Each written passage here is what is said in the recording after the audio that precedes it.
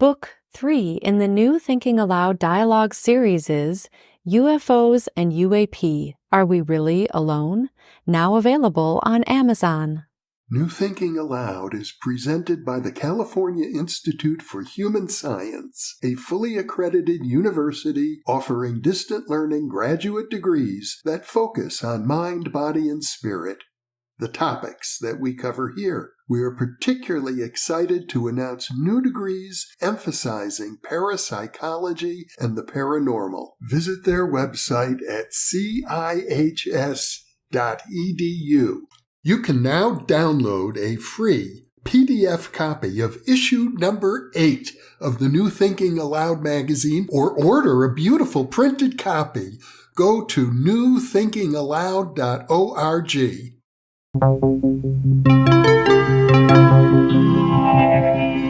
Thinking Aloud. Conversations on the leading edge of knowledge and discovery with psychologist Jeffrey Mishlove.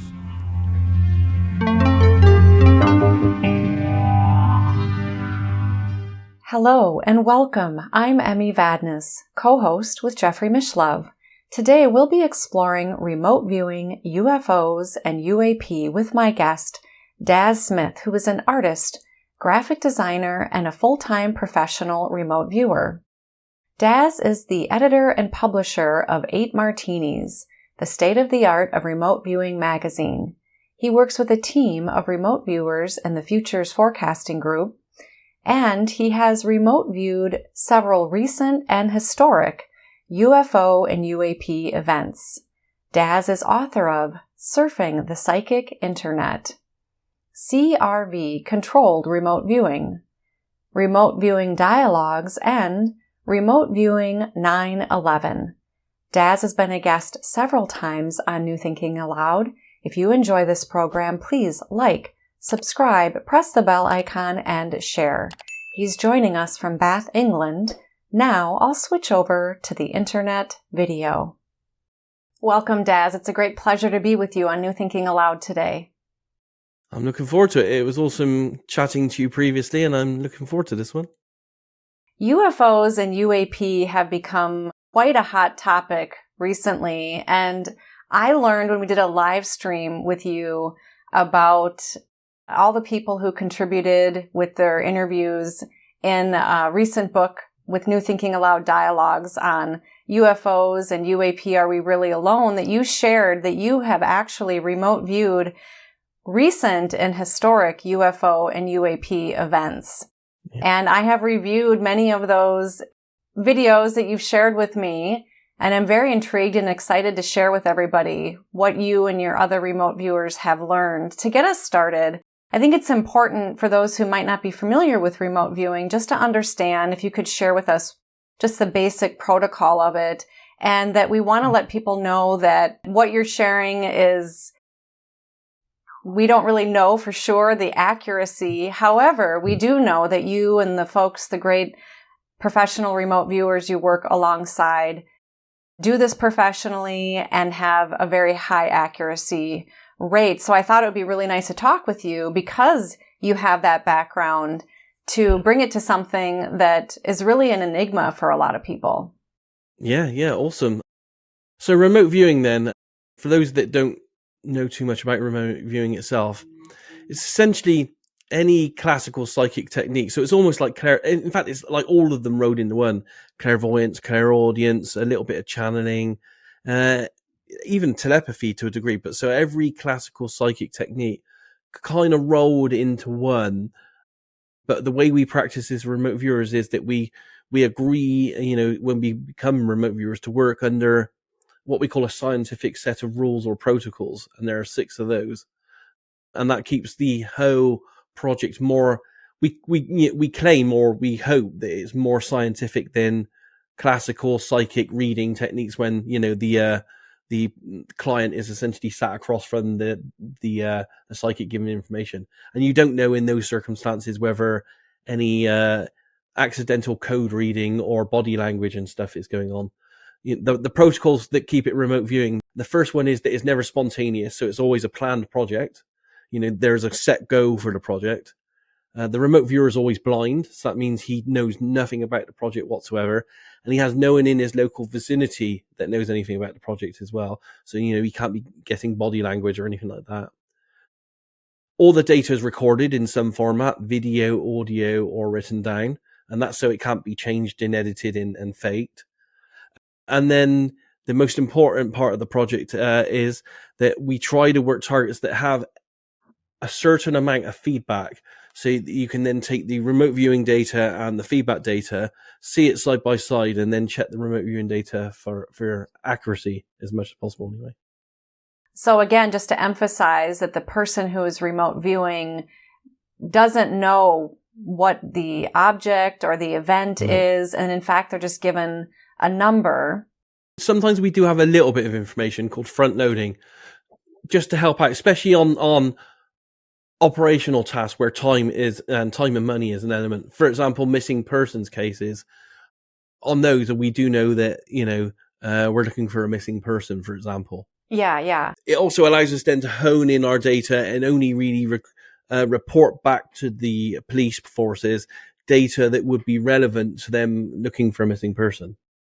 The other key principle is that you get feedback.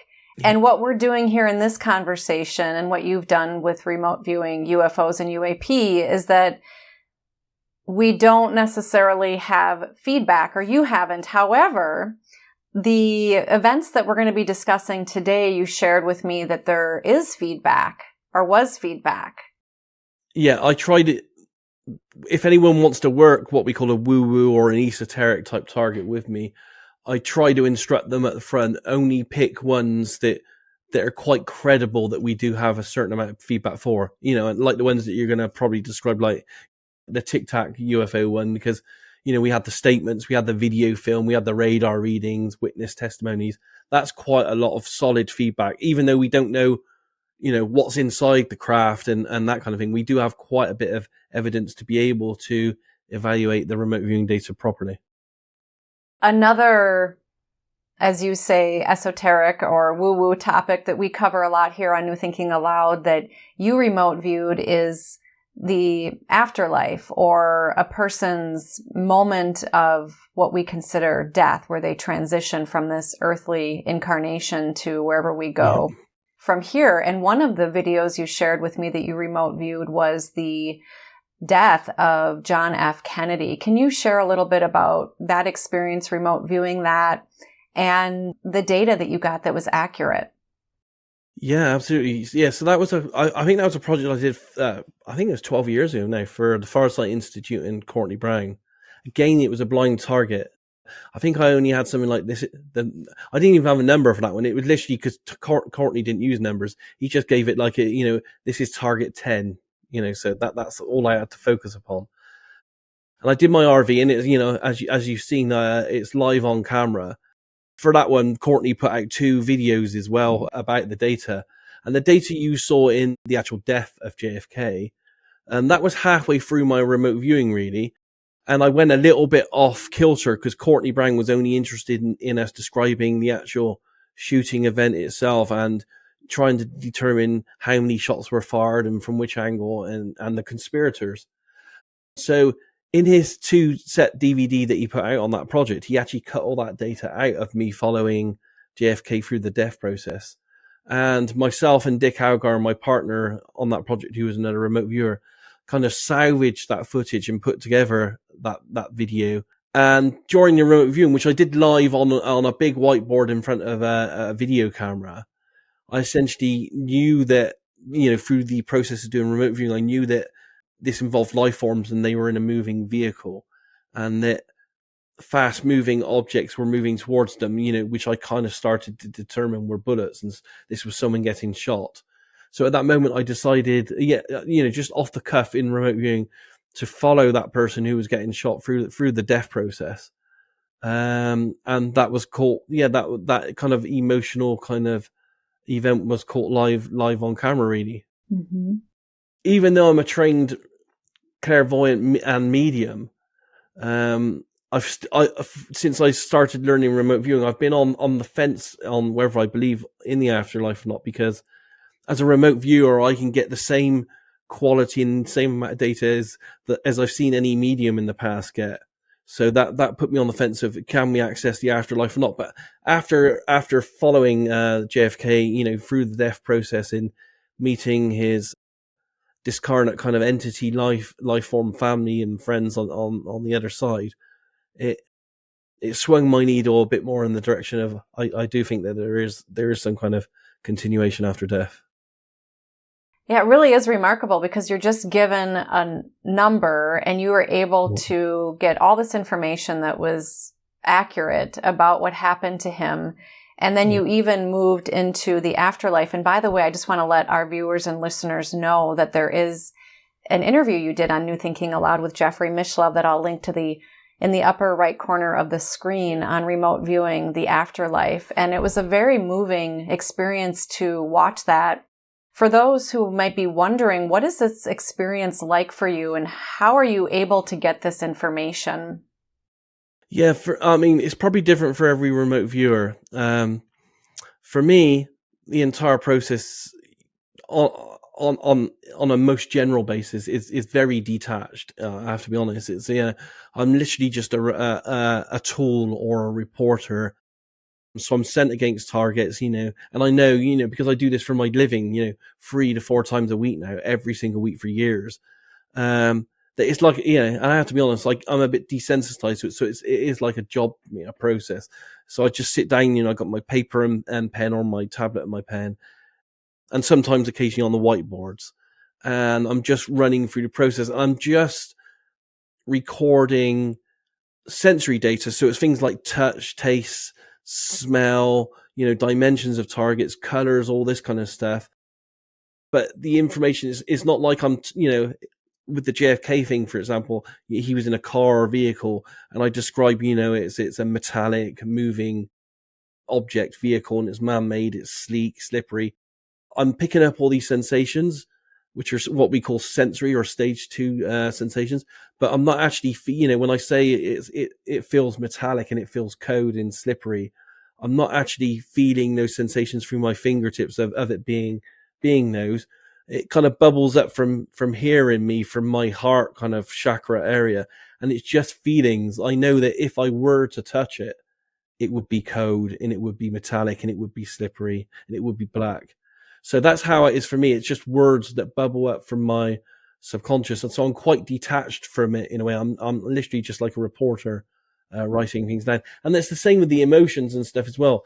Most generally, anyway, I would say 90% of the emotions and things I get from life forms or non-humans and all that kind of stuff at targets, I'm not actually there with the life form. I'm literally just tapping into this, I call it the force, a force of energy, a bit like the Star Wars films. I think there's a force that flows through everything in the universe, that connects everything in the universe. And I'm just tapping into that. And it's just a flow of words and feelings and thoughts. And they're not mine. So I'm pretty detached from the process. So it sounds like you're being a neutral observer or witness. And does that help you to receive the information rather than being attached, so that you can allow more to come to you somehow? Yeah, I think it is. And I don't know if it's just me that does this, because it's the way I've been taught, because I was taught a process called CRV, which was the controlled remote viewing, which is essentially the method that Ingo Swann on SRI developed from the years 79 to 86 for the US military. And flavor of how it was taught by Ingo and the rigidness of it, from my research, makes me believe that he did it in a certain way for it to appeal and work with military type people. So it's the whole process, the whole training process and the way you record the data is very kind of straight laced, very rigid, very, no nonsense. Yeah. And I think because I was trained in doing it that way, and I've been doing it that way for 29 years now, that's just the way that the data comes through me. So I am more detached than I would say a classically trained psychic would be when they view people. I think they pick up more emotions. And I think before I took my remote viewing training, when I was doing the classical training, I was a bit more emotionally connected than I am now. I'm more in control. And, calling it a CRV is fantastic, really, because I am actually more in control of the entire psychic process now, whereas classical training people, I believe the process is more in charge of them. My psychic intuitive teacher taught us to be a neutral observer, to help detach. But I know with remote viewing, you're really removing yourself, if you will, a pun on remote viewing, so that you are not getting a lot of what you all refer to as analytical overlay. Yeah. And the great thing about, remote viewing as well, and doing it through this process, is because I'm totally in control. If I can be in a certain place at a target, I'm recording data, it feels hard, it feels solid, it feels like a man-made structure, it feels like there are people inside. I can take cues off my own data. Like when the moment I then write down it's a structure with people inside, I can then say to myself, hang on, I'm not getting much more data from here. And then I can key myself. So I will then say, okay, there's a structure with people. So I will now move inside the structure and then describe it from ground level looking up. So that's the good thing about this process, is you can move yourself around targets, from any distance, any angle, any kind of level, and just generate more data. To get more vantage points. Yes. How accurate is your remote viewing? I've databased mine now over many years now. Not fully accurate though, because it's very hard to database everything I do, because it's 3 to 5 a week. But on general present and past based targets, I'm over 80% accurate, and I would say over 80% of the time. I don't really miss targets very often. On future based targets, I database those for 3 years solid, and I ended up being something like 62% accurate on those. But we know that's because there are lots of things that may affect them in time and space. They haven't the events haven't coalesced into a single event for those kind of things, and there are other factors in play as well. Because we also put the data out in advance for all those, and we do know that there are agencies and people that do look at our data, and that some of them have told us that they act upon our data. So by putting predictive information out, we may be allowing them to act on the data and change the events in some way as well. So there are various reasons why I think I'm less accurate on predictive stuff. And across the board, I think most psychics are less accurate looking ahead than they are looking backwards.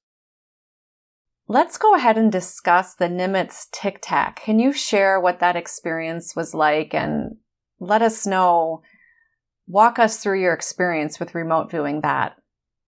Yeah, that was one of my favorite ones, because there is so much feedbackable evidence on it, so we can evaluate the RV data very well.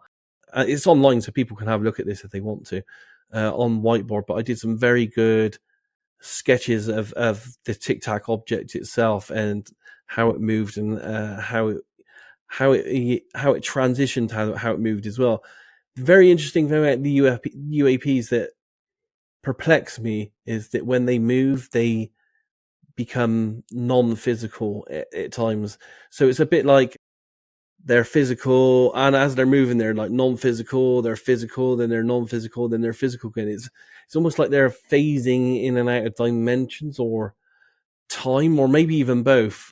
Yeah, that kind of complex kind of physics I find very interesting on those cases. And I don't think I don't remember it exactly, but I don't think I picked up any life forms involved with the Tic Tac one as well, which was, when I look back on it retroactively, it's kind of like, that's quite kind of interesting. I wonder if it was like what we're seeing nowadays, with the New Jersey and worldwide drones that are going on and stuff. But this was, I think it was 2004, the Tic Tac. On that note, if we could just make a quick little comment here about that, you haven't yet remote viewed the drones. However, you did have basically a prediction about what the headlines might be, and then we can go back to the Tic Tac. Yeah. So as part of Future Forecasting Group, the company I work for, on a monthly basis, all the remote viewers try to predict what the next month's news is going to be. So, for example, within 2 days now, within 2 days, I'm going to have to sit down and try to predict what February's top news stories are going to be. So in November, late in November, I tried to predict what December's top news stories were going to be. And, all this is caught on video as well. So people can have a look at this on TikTok if they do a search for me, showing that I did all this in advance. But I predicted that one of the top news stories for December were going to be these dogfights in the sky between unconventional moving craft and conventional moving craft. And they were going to be in a dogfight, situation where they were going to be playing with each other in the skies. Yeah. Oh, wow. For the last three or 4 months, in advance of the month starting, I've been putting my predictive news stories on there. Like I did, I also did that for the, and I think I also did the Trump assassination one on there as well before that happened, and predicted that one as well. Yeah, and you also predicted the United Healthcare CEO being shot in the head from behind. Yeah. And I had a great sketch of, someone with a handgun from behind shooting another person in the head with the words assassinated using a handgun in a modern city kind of, yeah. Right at close that range. was a pretty good one. Yeah. Yeah. So back to the Tic Tac. Yeah. Tell us what that remote viewing session was like. Were you the remote viewer or were you the project manager? I was the remote. I was one of the remote viewers on that one. Yeah. Mm-hmm. Yeah. Luckily, and it's hard for us being remote viewers because there's so many targets I personally want to explore.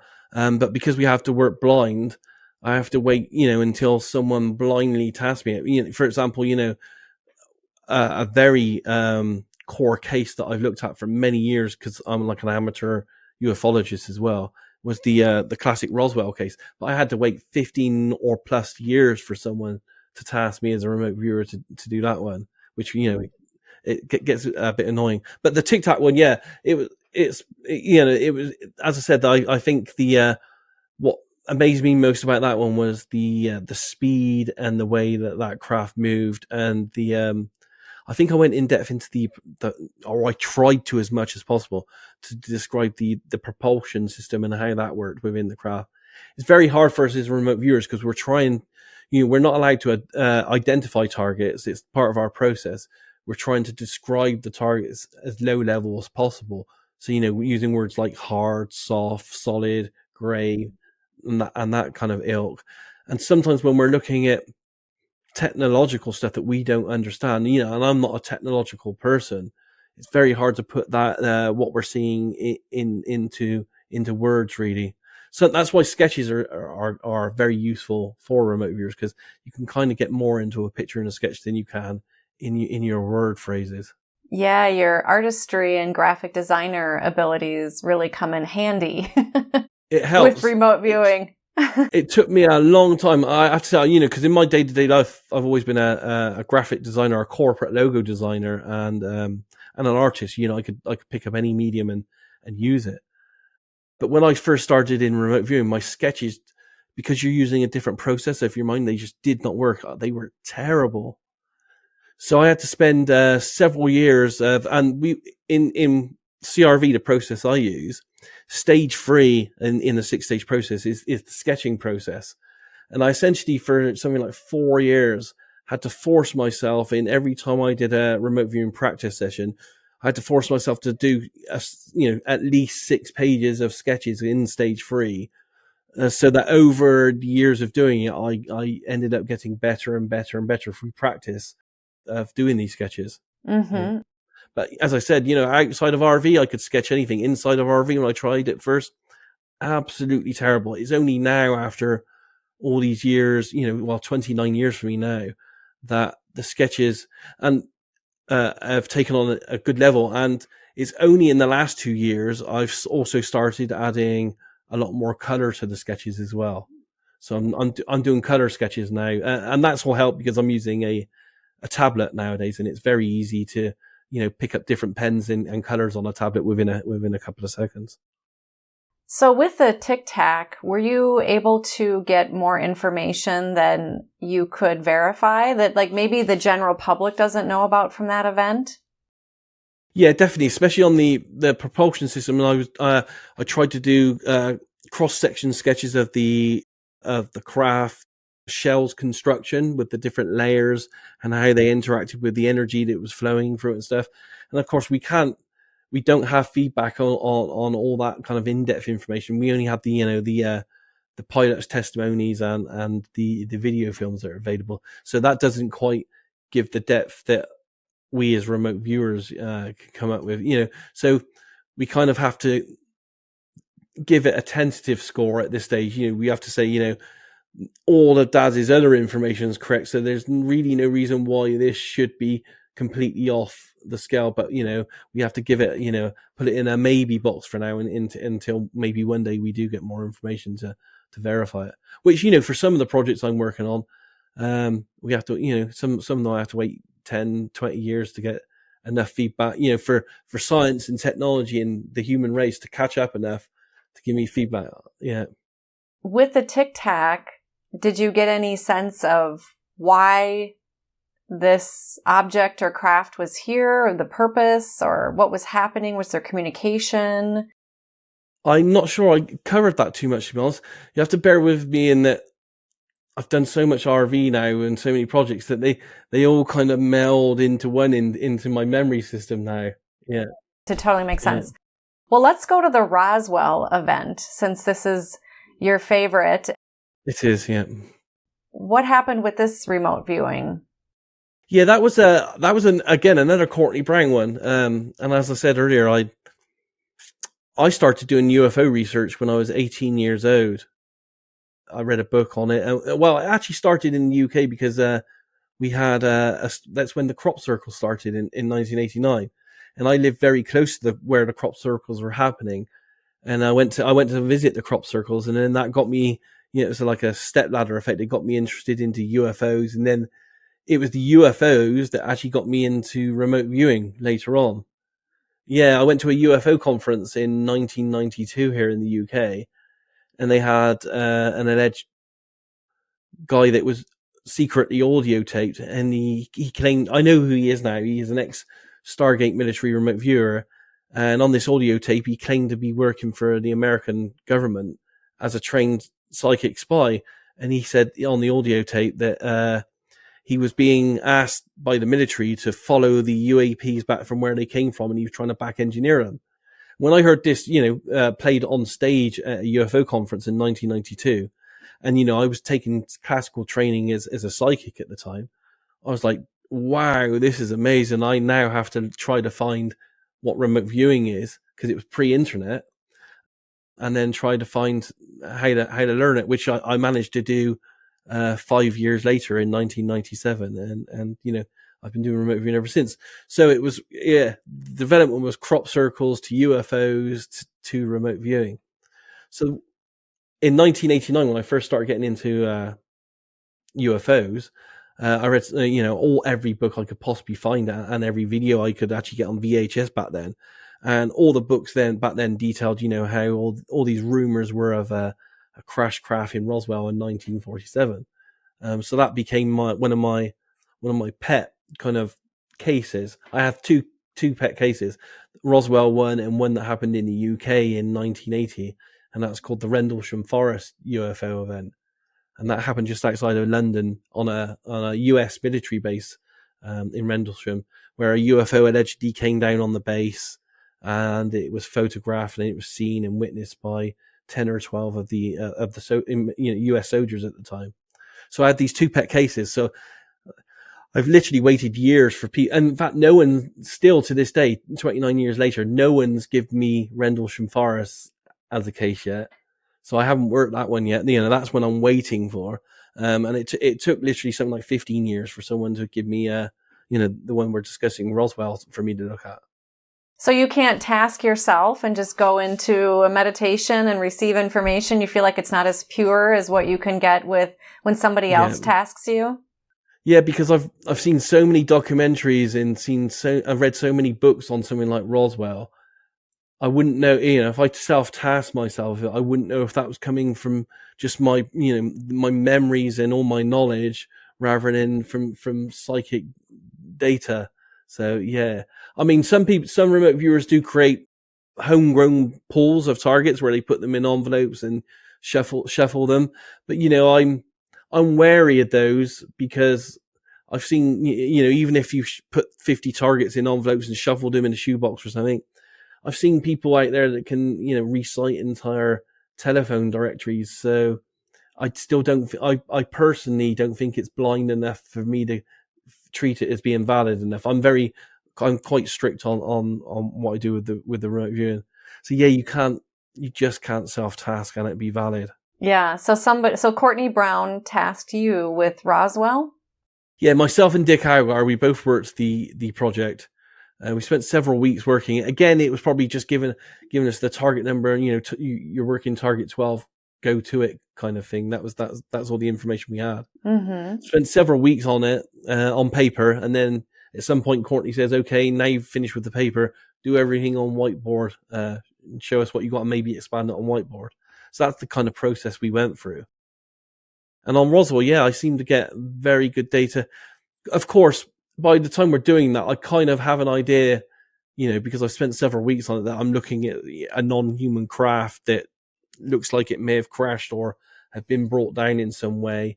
And you are kind of thinking to yourself, well, this can only be one of, 10 or 12 different kind of things. So you do have a kind of, you feel like you have built up a kind of picture in your mind, but we're also trained as remote viewers over the years to try to put that to one side, to try to ignore it and just really try to just report the data, and then all will be revealed later on, kind of thing.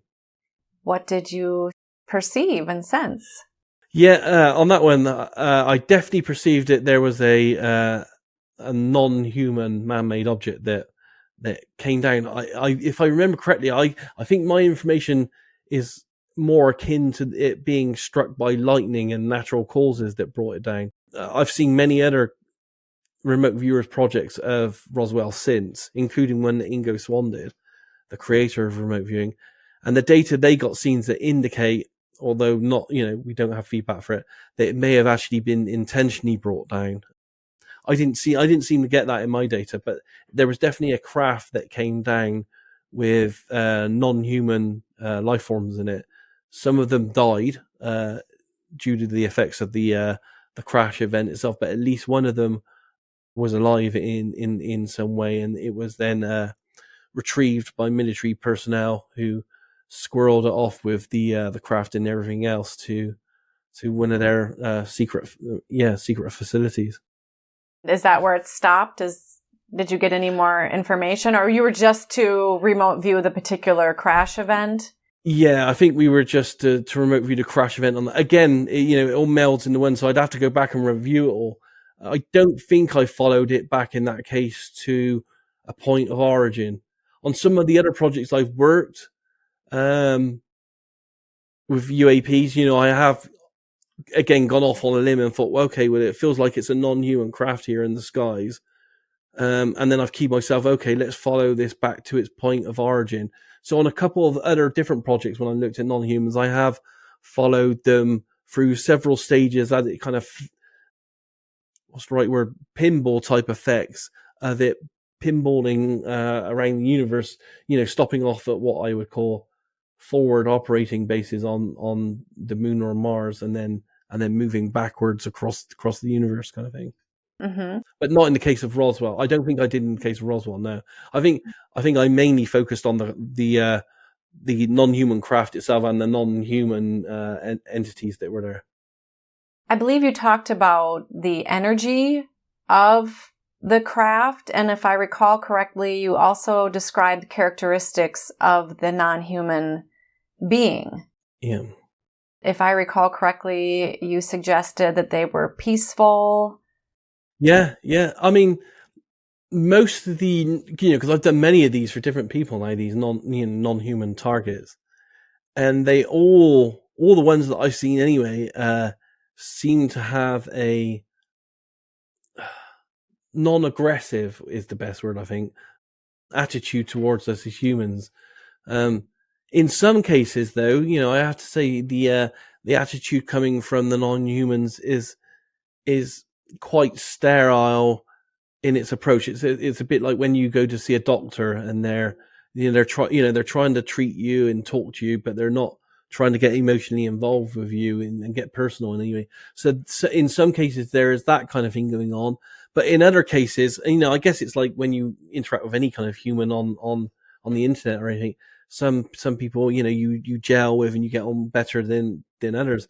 So some of them have been a bit more friendly towards us than others. Some of the others have been a bit more sterile, but generally they seem to be looking at us as an experiment, as something that they tend, in several of the interactions I've had, they've indicated that it's like we're their project. So, and they tend to, they've said it in a way that they're like gardeners and they're tending us and we're the garden that they're looking after. Oh, well, that's a beautiful metaphor. And are there different types of beings? I have only managed to, so far, interact with what would be the typical grey-looking ones, the smaller 4 to 5 feet, skinny, fragile-looking, large-eye type beings. I haven't so far encountered any within remote viewing. In remote viewing, I haven't encountered any different ones. In my classical training before I got into remote viewing, I encountered all kinds of very strange life forms, that are in the universe about and interacting with us. But within remote viewing, on these cases, they've all been typical non-human grey type beings. And have you been able to ascertain where they're coming from or why they sometimes present themselves to certain people and not others? I have drawn like star maps, but I don't know how to equate them and validate the star maps. So I don't know on those. I've definitely followed several of them back to Mars and the Moon, and they have facilities on both those that they're using. As I said, like forward operating kind of bases to then move them closer to Earth here. I don't have a complete direction of exactly where they're coming from. Like some abductees have named star systems like Sirius and Reticuli B and all that kind of stuff. Because it hasn't been my tasking to follow them back properly to determine that. I haven't done that. That would need a larger scope project to do that, and it's not something I know. As I said, I've drawn a couple of star maps that maybe someone could have a look at and see if they could match it up to the sky. But it's not something I can determine on that one. All I can know is they're not. I say they're not from here, but they've been here as long as we have, maybe even longer than we have. So, that's debatable on whether they're alien and whether they're alien or non or multidimensional. Again, they're both. Right. Like, do they sometimes transform into what we perceive as physical? Or I'm learning from Robert Temple in A New Science of Heaven that it's some form of plasma, apparently. Yeah, I've both the craft and the non-humans in pretty much all the cases that I've looked at are at times or I don't know if it's at will or if it's part of a process of movement or something, but they are or can be physical and non-physical. And I think that is at will. I think by using their mind or some kind of connection, they can make themselves as physical beings non-physical. But when they're in the craft, they can, or the craft actually becomes, craft is a bit of a weird word as well. I'm not sure that's the right word for it. The vehicle can be non-physical as well.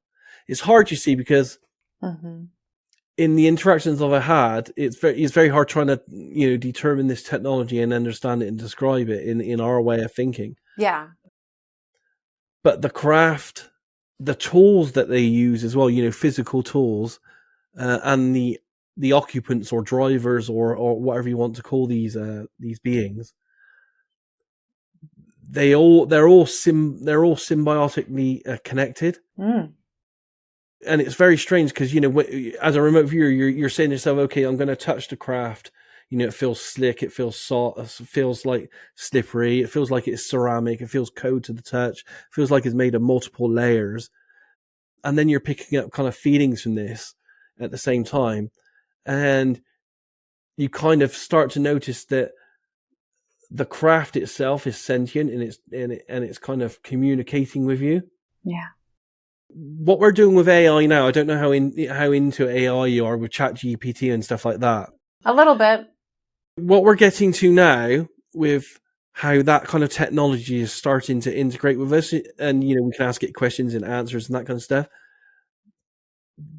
They have that, but 100,000 times more advanced.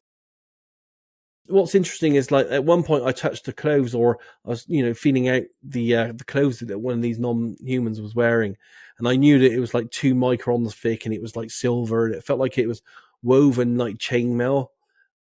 But when I was exploring, just looking at the clothes, I then realized that the clothes were also sentient as well.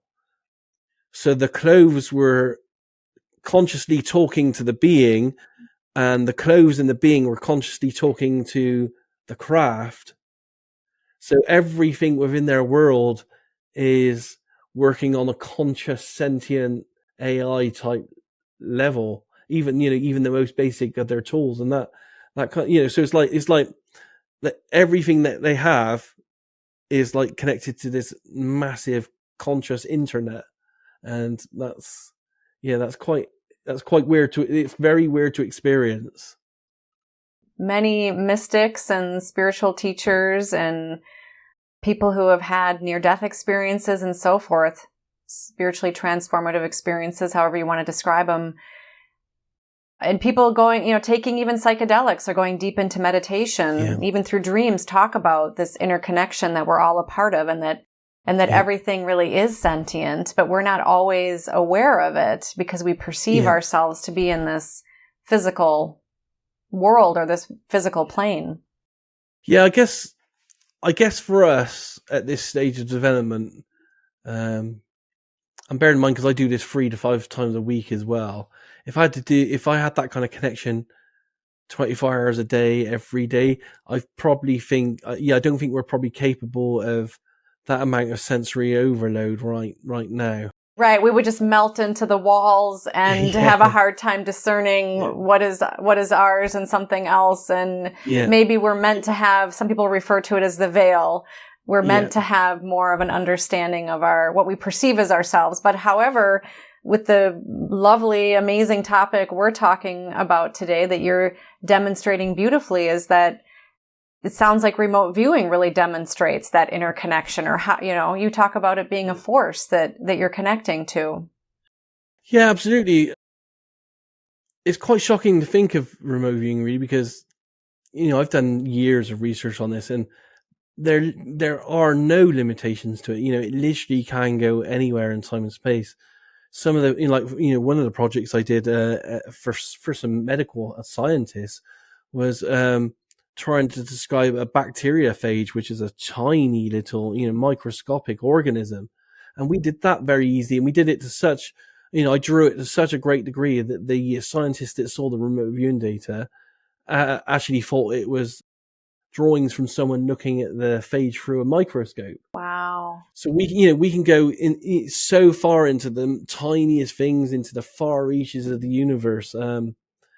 It's amazing to think that all information out there is available to everyone, and it's not just me. Being a trained remote viewer, everyone on the planet to one level or another, undeveloped or not, has access to untold reams of information on pretty much everything. We just all have to quiet our lives and learn to listen to the internal, because that's all remote viewing is I literally just spent 29 years training myself to listen to the little things within here as they kind of bubble up through my physical body. And it begs the question, what is you and what is me? And really, maybe we're all one. I think we are. I think everything is connected. That, we're all connected. And maybe if it comes from, I don't know if the Big Bang's true or not, but maybe if the universe was all super condensed down small at one point, all the atoms and all bits and pieces, particles, they were all connected. And then, they've just expanded throughout the universe, and we are made of that material. So we are all super connected with everything in the universe. That's kind of how I see things. I'm never traveling to Mars or traveling to any of these non-human objects. I'm not going to Roswell in 1947 and touching the craft. All the information about Roswell in 1947 and everything that's ever happened about that is within me, and it's within this cup. It's within everything all around us, and I'm just tapping into that as a remote viewer, the very, very, very subtle signals, and then just bubbling them up through myself, and then interpreting it on paper. Oh, that's so beautifully described. Well, going back to Roswell, did you feel, or the other experiences you've had with non-human intelligences, have you felt that you've communicated with them, or they have communicated with you? And if so, what have been their messages? Yeah. The main message I've had the Roswell one was slightly different in that it was a set event back in time, and it was an event, where it was alleged. It's not the first crash event, but it was one of the earliest crash events. So the kind of feelings I was getting off the life form there, the one that survived, was, it was a lot more emotional with shock and horror, because, although they were slightly more economical with their feelings than we are, there were still feelings there of dread and what's going to happen to me, and fear, because even the most basic life forms have fear of if they're going to survive or not. So there were a lot of negative emotions and feelings, because that's the event that there was. But on some of the other ones I've looked at, the emotions have been different, and they have, as I said, the best one I've had is where they described themselves, and it's happened on more than one occasion, where they tried to show me through symbology of them gardening us, where like their produce, their flowers or something, and they've been tending this garden for years. They didn't. I guess it's hard for them to describe what they're doing as well, but I do believe it is some very long-term plan of genetic and other manipulation on us over. We're talking eons, thousands of years of what they're doing. I don't think they've gone into depth trying to tell me exactly what's going on, because maybe I don't think I'll understand it, but they try to be persuasive in showing that it's non-harmful. But, there are some cases in UFO literature that are also quite worrying, with the abduction events and cattle mutilation stuff as well. So we have to keep that side in mind as well. But in remote viewing, I personally haven't encountered that, although I have sent remote viewers against cattle mutilation stuff, and they have described very similar grey type non-humans being involved in those operations. I don't know if it's the same kind or not.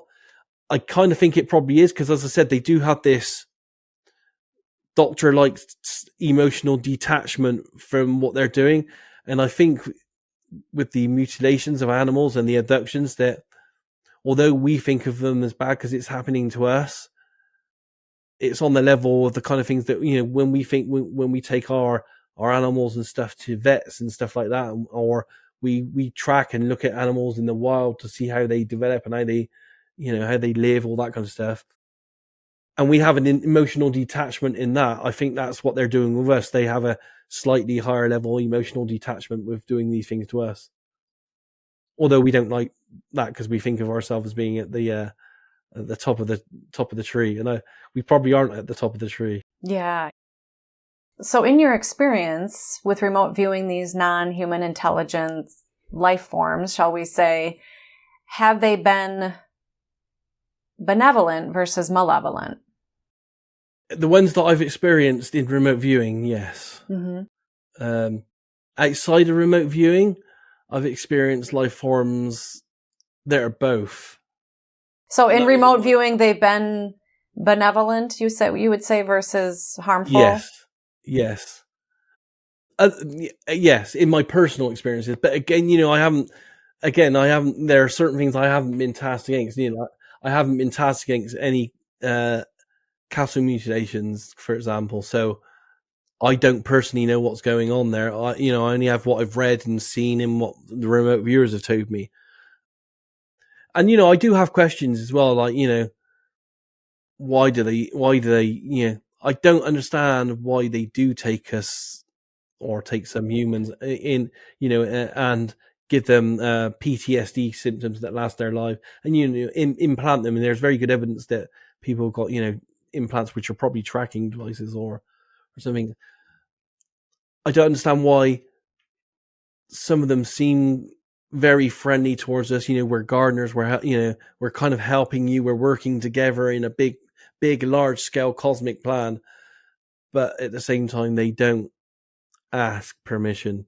But again, is that being, is that two-faced? Because we don't ask permission if we need to tranquilize a cow and then operate on it because it's got an infection or something. Do you know what I mean? We don't ask the cow's permission to do that. We see that something's wrong. We go out and we do it in hope that it helps animal. We eat Yes. animals. Yeah, and we don't ask permission for any of that. So as I said, we do have this two-faced look on how we, because we do like to see ourselves as being the top of the tree. And at the same time, we do have animals that are pets too. So Yes. It's a hard one, and we have to bear in mind that the 20 or 30 so encounters that I've had through remote viewing that I've documented, there might be more and different types of beings interacting with us than the ones that I've seen. As I said, through remote viewing, I've only seen the typical grey type ones, and other people have reported all different types of interactions with beings. So there might be stuff going on that I just haven't so far encountered within remote viewing. Definitely. In your experiences, have you felt any aspect of spirituality? For example, I think of like Chris Bledsoe, who wrote the book UFO of God and sees these orbs of light. He even has said that he believes they're angels. Have you connected with any of that spiritual component? Not in regards to non-humans, but in a couple of cases, like for example, the JFK one that and the Afterlife, I definitely felt like there was a very spiritual connection going on there with human life forms that have passed over to a different form of being. Mm-hmm. There was a target I did, again, it's online somewhere, where someone sent me the target and other people as well, of why don't remote viewers ever win the lottery? What's the causes of why remote viewers don't win the lottery? And for the first couple of RV sessions, I described the entire process of how the psychic information came in through the human body, and it was decoded. And then I followed where that kind of signal or information came from, and it actually went out into the universe. And I followed it even further to its point of origin. And that seemed to be this super dark, super dense, almost like a black hole type area of space out there. So it's super tight, super concentrated black. It's very hard to, super dense type place where there was this, I don't know what to call it really, this all-knowing sentient being. I guess I'm not religious, so I find it hard. So I guess some people would call it godlike. But there was this all sentient, amazing being that knew everything, and it seemed to have a plan and a control and structure, and knew what it was doing. That was feeding us psychic information. Wow. On many different levels. I don't know I honestly don't know what that means. So people have to interpret that in their own ways, really. But that's what I found. So that's why I have to go with data wise. Mm-hmm. I find that quite, not being a religious person, and having conflicts on what I do believe with, with afterlife and everything else.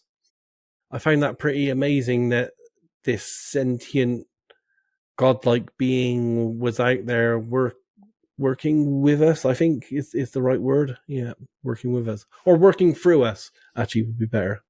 And you remote viewed this godlike being? Yes. I that was my description of it. It felt quite comforting, I think, in a way. But again, I don't really understand what I'm trying to describe there, because it's unlike anything I've ever seen before. Mm-hmm. Are you spiritual but not religious, Daz? Yeah, I believe I am very spiritual. And that comes from the way I was brought up, because my mother was a medium, healer, channeler, and we were brought up in the spiritualist church. But that was very life after death kind of believing. And, as I said, although I believed in that in classical training, once I got into remote viewing and I got the same information as I knew I did as a medium, I did start to question that. Then I was like, oh, hold on here. There's more to this than I think's going on. I need more proof and evidence. And I think the evidence is slowly coming over time to me with experiences like I've just described, and the JFK one and a few of the others. But I haven't made any definitive conclusions on life after death or anything right now. Since it's come up a few times, can you share a little bit of what you saw happened when JFK transitioned? Yeah, absolutely. I mean, at the point of him getting shot, there was all the normal human emotions of, oh my God, and, the panic, the fear. It was like 101 thoughts going through his mind all at once, family, wife, I'm in pain, what's happening, all that kind of stuff. But then it was like a light switch going off, and then instantly that stopped, and it was replaced by a very strange calmness, which shocked me at the time, because it was literally almost instantaneously. I would have thought, I guess I would have thought, if I was making this episode, that it would have been a process that would have dissipated slowly or something, but it literally was then complete, silent. I guess silence and void would be a good description of it. And that void and silence, that was, I still remember the feeling of that. That's an amazing feeling that I don't think we as humans probably physically experience very often. This void of nothingness, no sound, no emotions, no internal chatter kind of going on. Yeah, that was a very beautiful kind of sensation, I think, that I felt at the time, and it kind of it stayed with me since. And then out of this void, which felt very mist-like, because it was very lit as well, very light. I could sense these life forms manifesting, the right word? Manifesting. They weren't there, and then they were there, but they were kind of like forming out of the void itself in like these very loose shapes of particles. So they had a very vague human form, but it was not not an outwardly recognizable human form. Although strangely, JFK seemed to, even though they didn't have physical features, he seemed to recognize who each one was, and which was, because they all looked the same to me, like almost like loose kind of flame-like blobs of shaky light, and he seemed to know who they were instinctively. And it was nice to see that they kind of like, there was this element of love and recognition as they, he recognized them, they recognized him, as they, came around him, and yeah. Yeah, it's very hard to put all this into words, because it's very abstract. But the whole feeling of that was very interesting to me, as I said, and it did swing my notch a little bit more onto, oh, there really is something to this life after death, after all, that I need to probably look into a bit more. But it was a beautiful feeling. But yeah, it was a void. That's the best word I can describe it. A void of nothingness. In I guess it would be like walking into a soundproof room where you couldn't hear anything, but it would be warm as well. A warm, well lit, soundproof room. Mm-hmm. Yeah, very strange experience. A peaceful description to such a distressing event that touched so many people. As I said, the whole thing is very strange. I was writing down all these words. Oh my God, he's panicking. He's just been shot. He's like, ah. And, all these thoughts, my kids, my wife, the future, what's going to happen, the country, all this.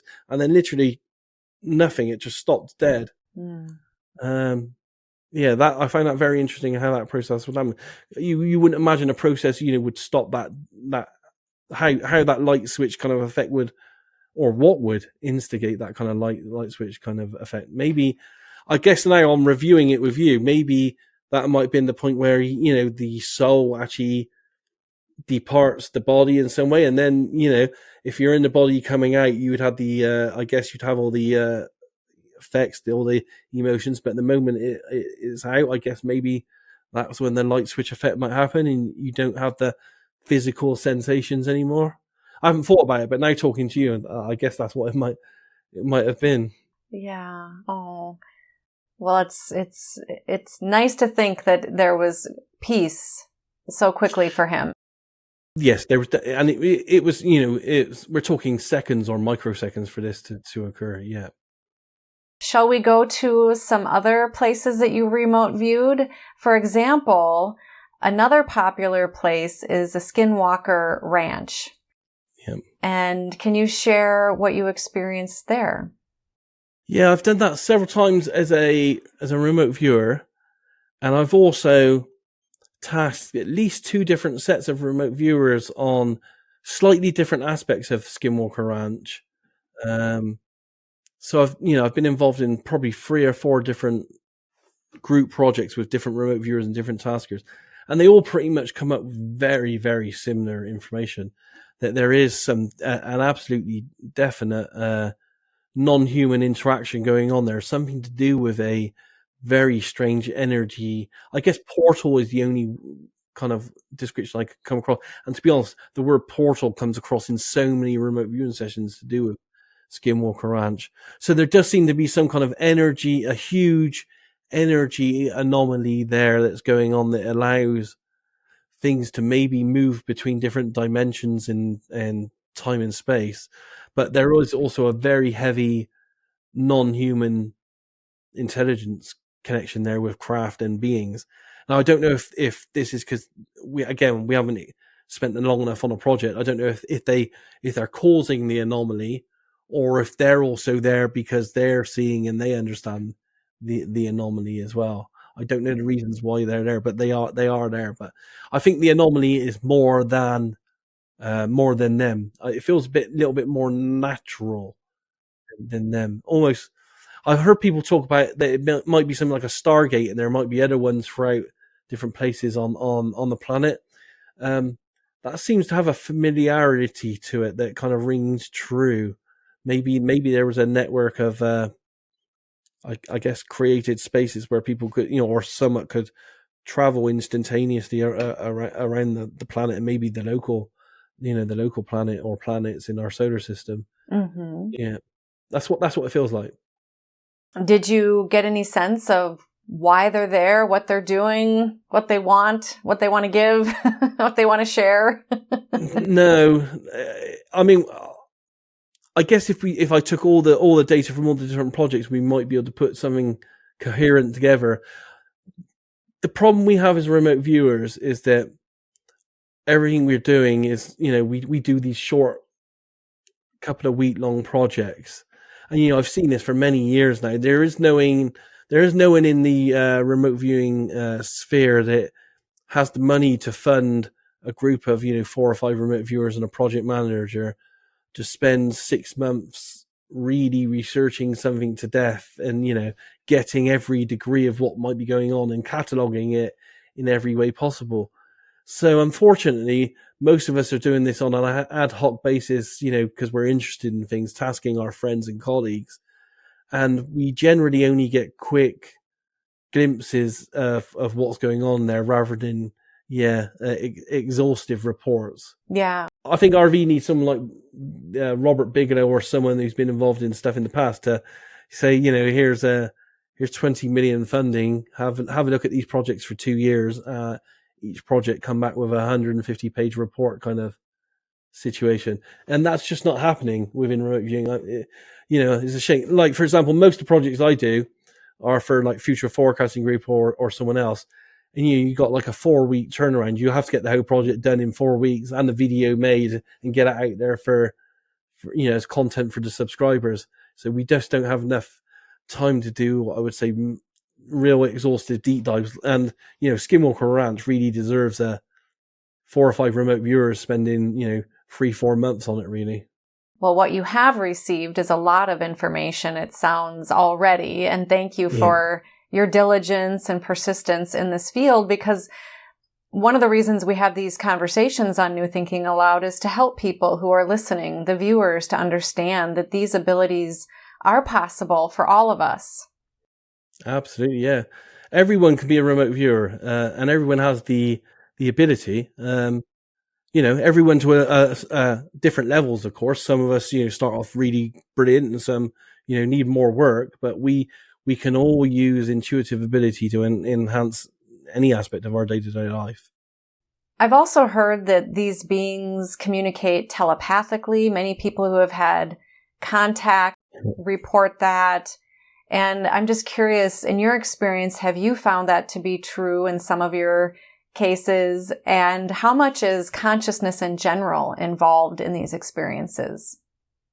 Yeah, great question. All the NHIs that I've RV'd have the ability for I don't know if telepathy is the right word, but they have the ability for consciousness communication. I would say that's probably a better word for it. Mm-hmm. It doesn't end there either. Like the whole process of remote viewing itself, the evidence is indicating that everyone involved in the remote viewing project, from me as a remote viewer to the tasker, to the project manager, even to the people reading or seeing the project, and it could be many years into the future, we are all entangled in that project with our consciousnesses.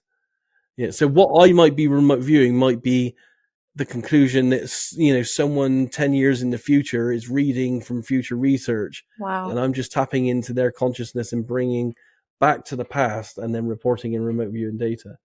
We seem to have indicators in the scientific research that kind of thing is definitely going on. Yeah.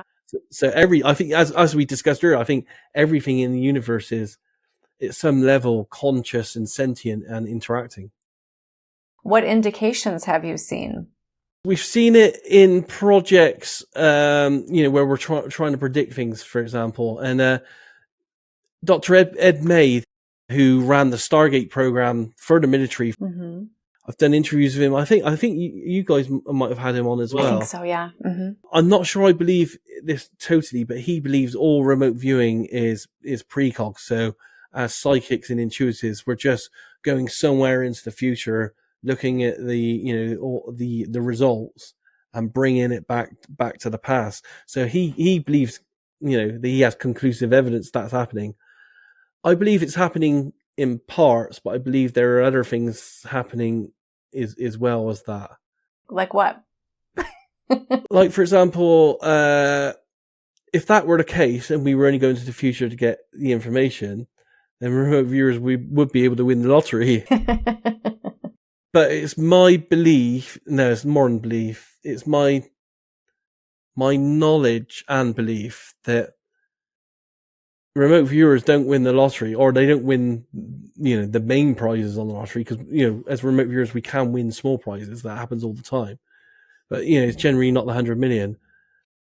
It's my experience and belief, and what they've told me is that what some things told me is that there are other elements in play as well.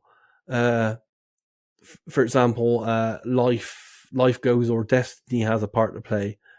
And it might not be in our life plan to win, although we want it, although I would love to have 100 million on the Euro Millions, it would change my life plan for me in such a way that it would destroy my life plan. So there are elements and mechanisms in play, including non-humans, that influence for that kind of a thing not to happen.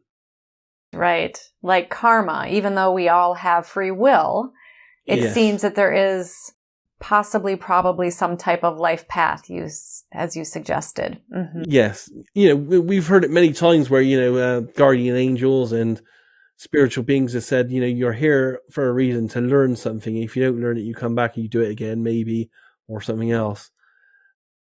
Just because I want to win 100 million on the lottery, it might not happen because, that might interrupt my life path to such a degree that I can't achieve it. So things are put in the way by other I call them non-humans because I'm talking things like guardian angel type or angel type beings that manipulate situations so that we don't go down that route. And I've said, I'm an honest person. I've said to people in the past, I know, because I wrote very early on when I was 16 years old, that I would one day find a mechanism to travel in time and space using my mind. And because I was so interested in psychic stuff from the age of 10 onwards, and it's just been I just know this is my destiny in life to do this kind of work. I'm lucky enough to know that and to be able to go on that pathway. I'm also honest enough to know as a person that if I did win 100 million on the lottery, I'd be so lazy that I would never do any remote viewing ever again. Yeah, and we need you, Daz, rather than just sitting on a tropical island. Absolutely, I'll be on an island or on a yacht sipping, martinis for the rest of my life, and I wouldn't work on remote viewing. And I'm honest to know that that's probably not what what it feels like my destiny is to be involved in this kind of stuff. Yeah. Because I know as a person, I just wouldn't do it anymore. I would be like, no, that's it. I'm done. Right. And living that lifestyle isn't always that joyful for people who do that. I mean, maybe sometimes, but you're the kind of person where you need more mental consciousness stimulation, it sounds like. And I truly believe that this is a weird one, I think. I truly believe over the last 10 years that the RV process itself, and I'm not saying just the RV process itself, but there's an underlying sentient mechanism to what we're doing as remote viewers and stuff, and it has a trickster effect as well. And when we get too egotistical or where we go down the wrong routes, it pulls us back and it likes to play tricks on us. It's like a good angel, bad angel on your shoulder kind of thing. You get too egotistical. You're like, oh yeah, I'm nailing every single target. I'm so good at this. And then the next one you do, you will absolutely bomb at it and be absolutely terrible. It's like, okay, you got too big for your boots. I'm putting you, the trickster effect coming in and puts you back in your place kind of thing. I truly believe from what I'm seeing and the way that the RV process as well that I'm working through myself personally, it adapts and changes and manipulates itself to give me information pertinent for each situation I'm doing. The way I've seen that automatically develop without me thinking about it, it's like, I'm almost catching up to it, saying, whoa, I'm seeing this develop. Where's it going? And then working it out. I truly believe that there is a sentience. Yeah. And I don't know. Maybe it's this God type spiritual thing that's helping us all. I don't know the answers to that, but all I know is that the whole process seems to be sentient and alive in some way and interacting at a very different underground level to normal consciousness. Well, that sounds like a really great target for some of your remote viewers. It would be, yes. Yeah. You mentioned a little earlier that they have told you. So do you communicate with, did I hear you correctly when you said they? Do you communicate with some type of spirit guides or this being you're talking about? Oh, that's a good question. What is it I'm communicating? Each target I do, depending on what the target is, of course, but the ones that are generally a little bit more esoteric, there does seem to be a level of sentient communication. Even though, as I said, I don't believe, I'm actually going to these places and connecting. But because everything in the universe seems to be connected at some level, there does seem to be almost like, not everyone gets it, but I personally, and I think most people have an internal voice or an internal chatter that goes on. there seems to be something like that at a base level of consciousness, I guess universal consciousness. There seems to be some kind of sentient kind of internal, it's not internal, external chatter that's going on that gives us hints and communicates. And, you know, when I'm doing certain targets, it says, no, this is what we're trying to do. And I can't put a word on what that is. In the past, I would have said angels and guardian angels and spirit guides. And now that I'm into RV more than I am the classical stuff, I would say it's like a universal consciousness that's helping guide us. Mm-hmm. And maybe that universal consciousness takes different forms for different people, or they perceive it in a certain way. Yeah. Some people might call it intuition. They might call it an angel. Yes. They might say it's, a certain gender being and so forth. Yeah, I think it probably presents itself to you in the form you need it at that time of your personal development. Oh, I like that. Yeah. And as you develop, its form develops. So we're all developing and evolving together? Yeah, we're always going through a constant state of evolution, back and forth, a balance. I wrote a book on this once. My very first book was called Surfing the Psychic Internet, and it's based on 10 years of channeled communications with all kinds of beings like angels and all that kind of stuff.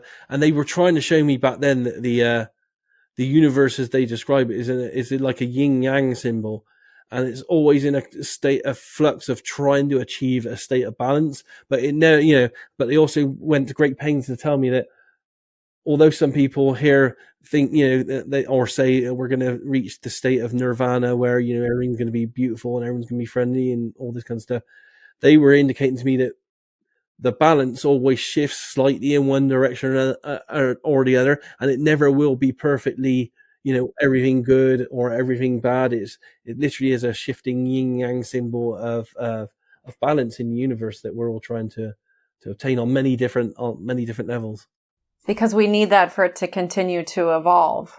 Yes. Kind of like we have to have negative and positive.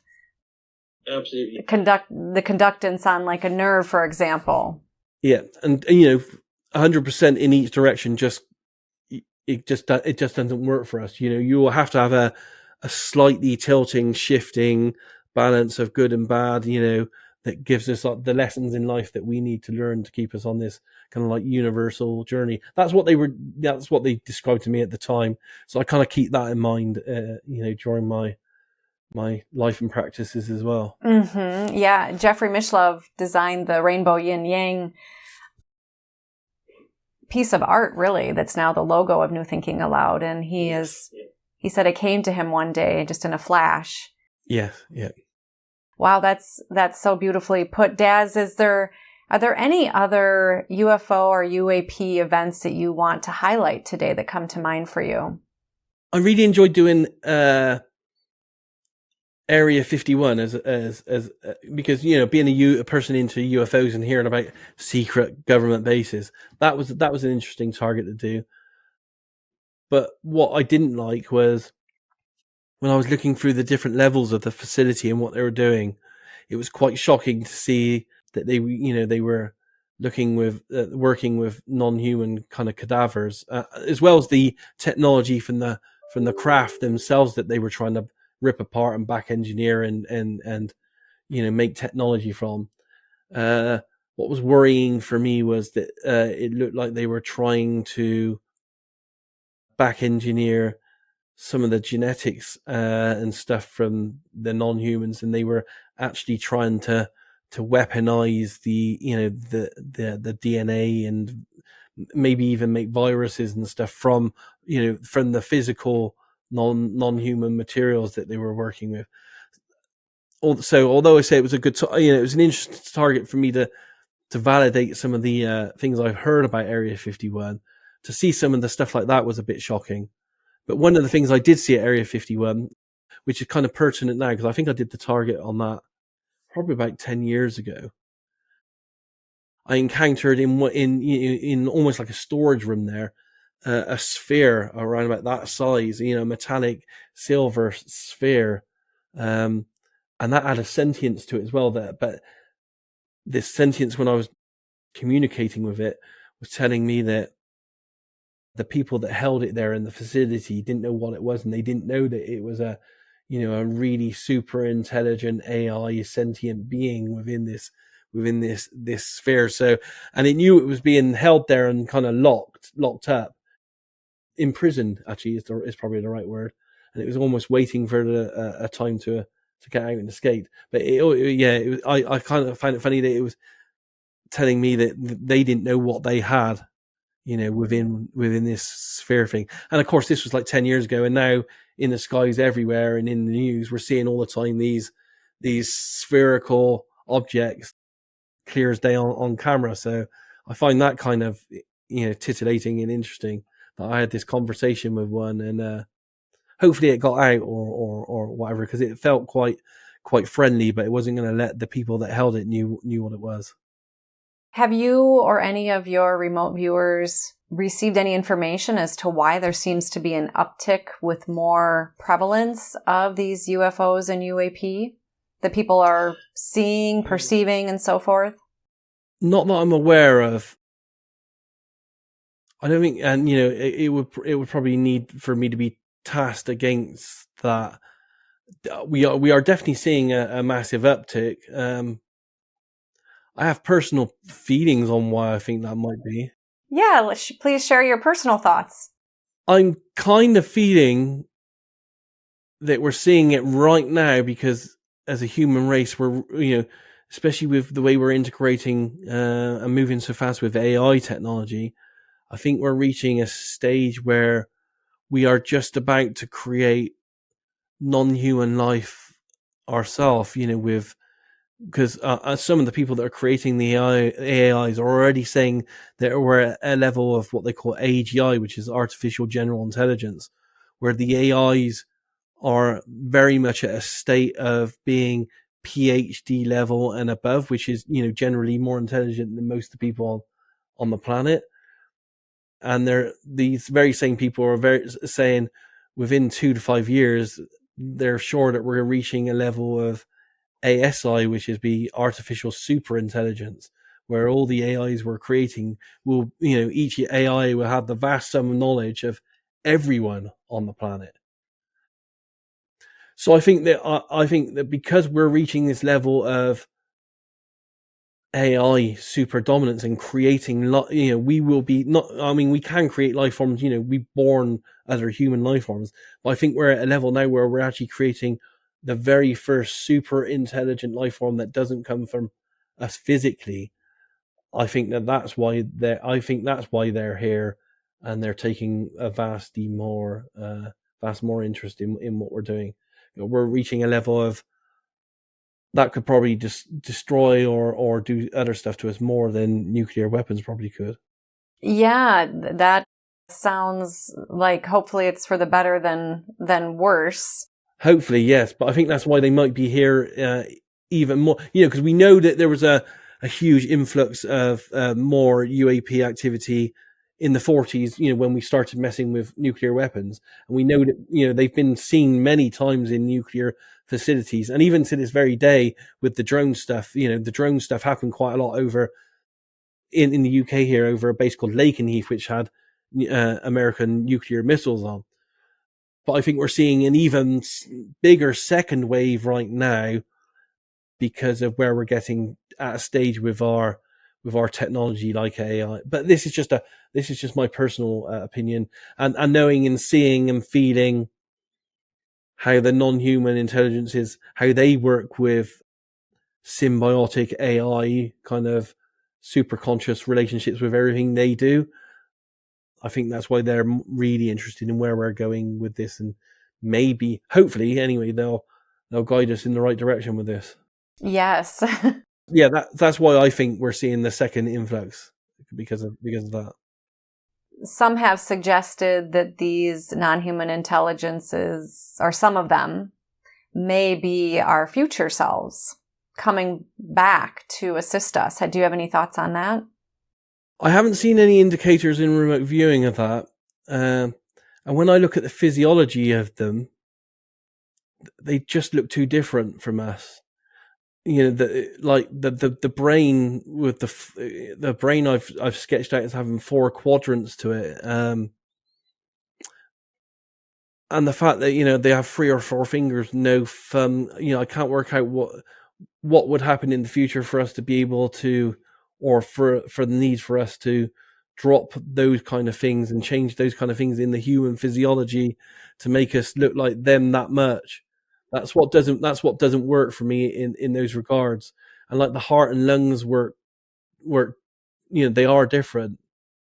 The blood's different. For me, it doesn't, it doesn't match up with what I'm seeing. And, what I've also read in the literature of the explanations of these non-humans, it doesn't, that hypothesis doesn't make sense. That's not to say that, to some degree, that might not be happening as part of the mix as well. I don't think this how us and NHI thing is black and white. I think there are various scales of grey in all this as well going on. Yeah.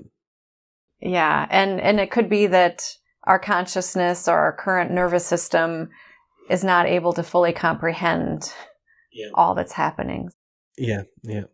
Well, Daz, you've been so generous with your time today. Is there anything else you want to share, even though we know it's a vast topic that you're going to continue to explore, and others as well, and that we're all really experiencing now?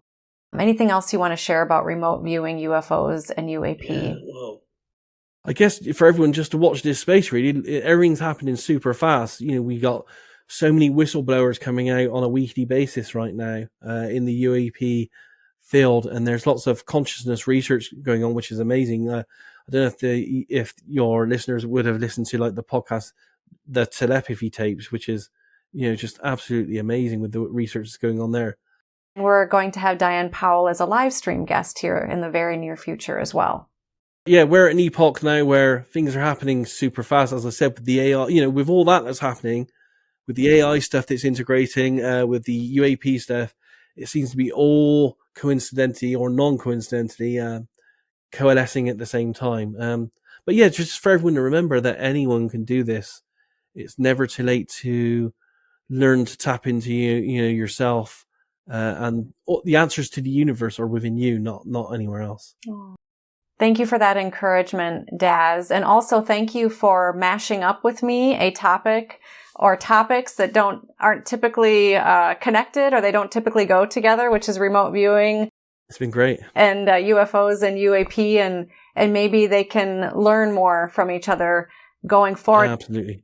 I also want to encourage people to go to your YouTube channel, because you have many excellent videos on many of these events and more that we didn't even cover in this interview as well.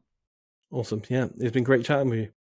Thank you so much for being with me today, Daz. I've thoroughly enjoyed our conversation, and it's such a joy to be with you. Thank you. Yeah.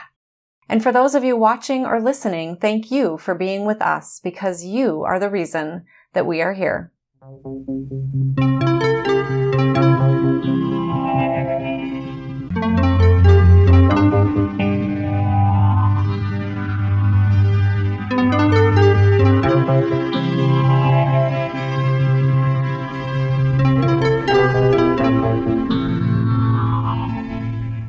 Book 3 in the new Thinking Aloud dialogue series is UFOs and UAP. Are We Really Alone?